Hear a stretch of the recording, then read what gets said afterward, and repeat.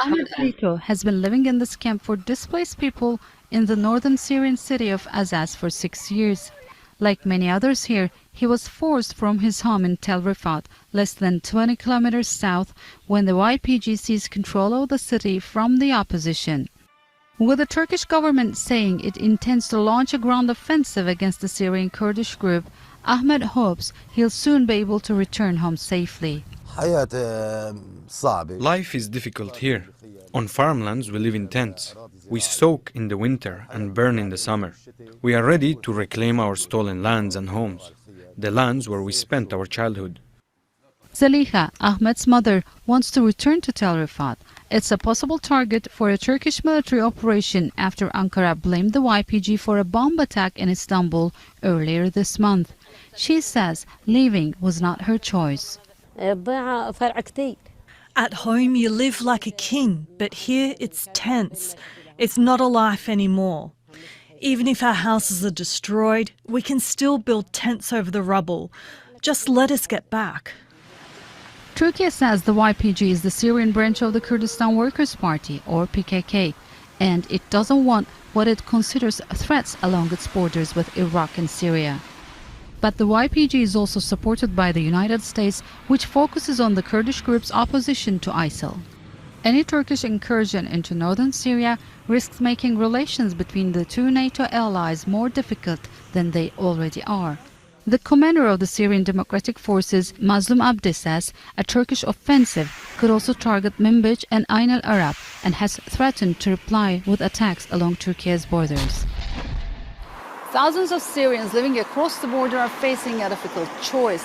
The years-long war have forced them from their homes in other parts of Syria. Some say they support the Turkish military operation, hoping it will bring peace and stability. But others say they don't have anywhere else to go because Turkey is adamant that it won't take in any more refugees.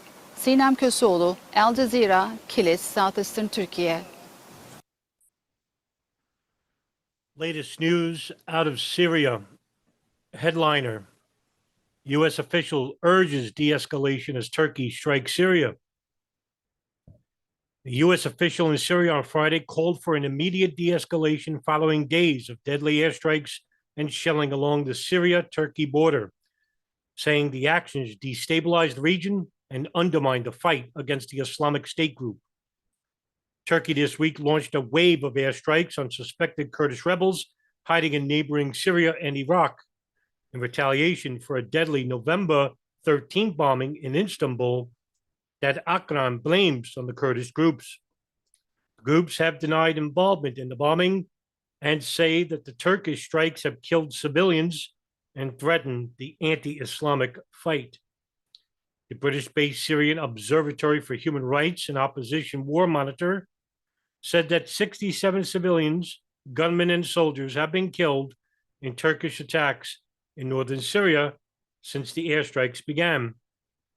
Nicholas Granger, the U.S. senior representative to northern Syria, said Washington strongly opposes military action that further destabilizes the lives of communities and families in Syria, and we want immediate de-escalation.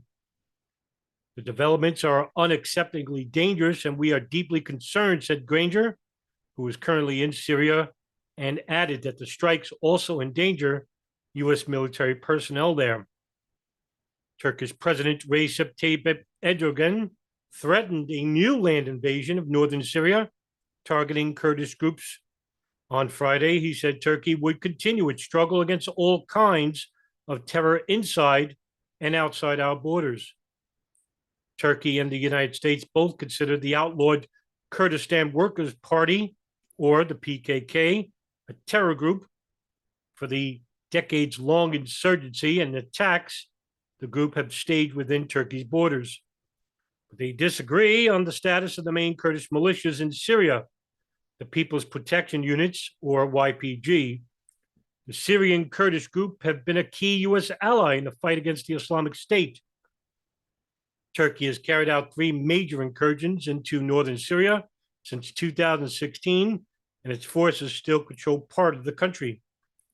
Kurdish officials in Syria have been warning that any new Turkish incursion would disrupt the fight against Islamic State which still has sleeper cells and has carried out deadly attacks in recent months against the Syrian Kurdish-led opposition forces, as well as Syrian government forces. Sianad Ali, a spokesman for the Kurdish-led Syrian Democratic Forces, told the Associated Press, quote, "We take these threats seriously and prepare to confront any ground attacks," end quote.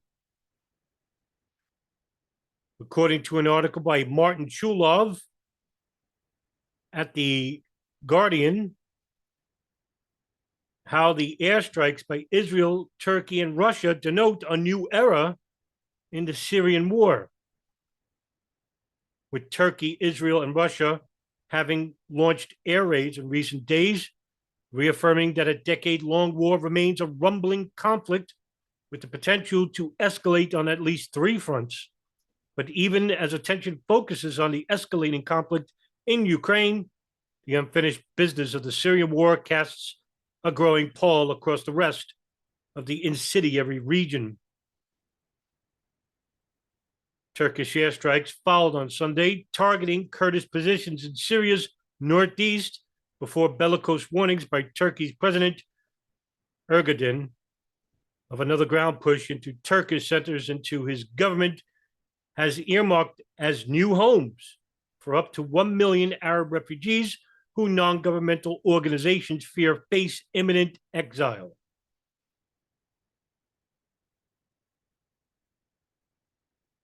Erdogan will later say, quote, "We know the Russian and Syrian planes from the sounds they make. They're old and you can hear them from a long way off. The Turkish ones are different," end quote.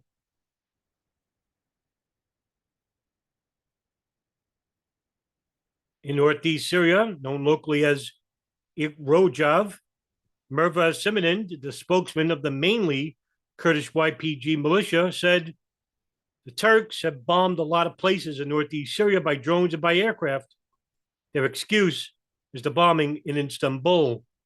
They accused the YPG for that attack, but that's not how we conduct ourselves. We believe that the attack was staged by Turkish intelligence to kill two birds at once." Israel continues to bomb northern Syria, for they fear that Iran will have a pipeline into Lebanon.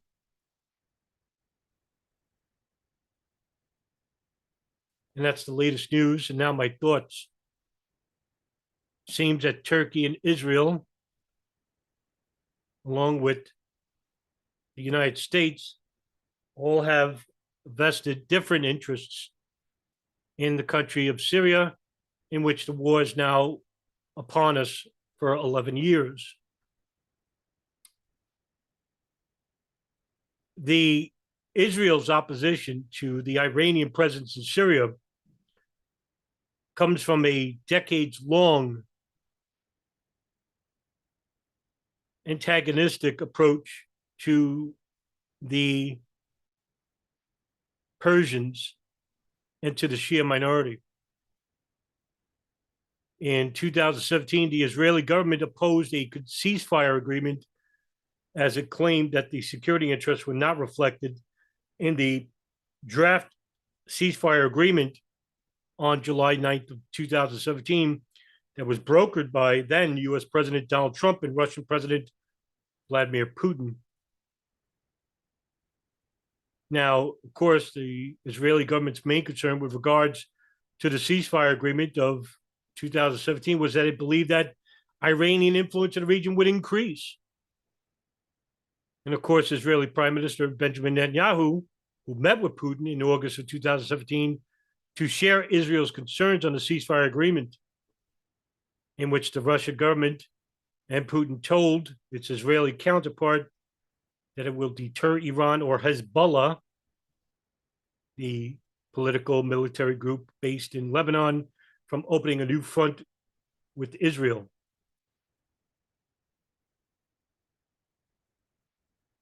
And as long as we have these different geopolitical interests involving countries like Turkey and Israel and the United States, Syria will become basically just a proxy ground for proxy forces that were once under the tutelage of the United States, Israel, and the Gulf. You could thank Timber Sycamore, a CIA Gulf Israel project created by then CIA Director General David Petraeus, in which he proposed that the Obama administration fund and train Al Qaeda affiliated proxy Wahhabi terrorists to try and force a deposition or a forced coup of Syrian President Bashar al-Assad, in which failed in magnificent proportions, as Assad is still the president of Syria. Where these ideas come from?